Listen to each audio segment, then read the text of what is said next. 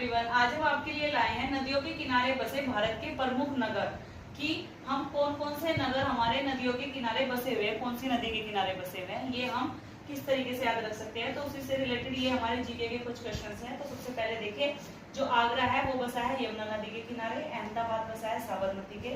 इलाहाबाद गंगा नदी के किनारे बसा है, अयोध्या सरयू नदी के किनारे, बद्रीनाथ गंगा नदी के किनारे, कोलकाता हुगली नदी के किनारे, कटक महानदी के किनारे, नई दिल्ली यमुना नदी के किनारे, डिब्रूगढ़ ब्रह्मपुत्र नदी के किनारे, फिरोजपुर सतलज नदी के किनारे और हैदराबाद मूसी नदी के किनारे। ऐसे ही हरिद्वार गंगा नदी के किनारे पे बसा है, जबलपुर नर्मदा नदी के किनारे पे, कानपुर गंगा नदी के,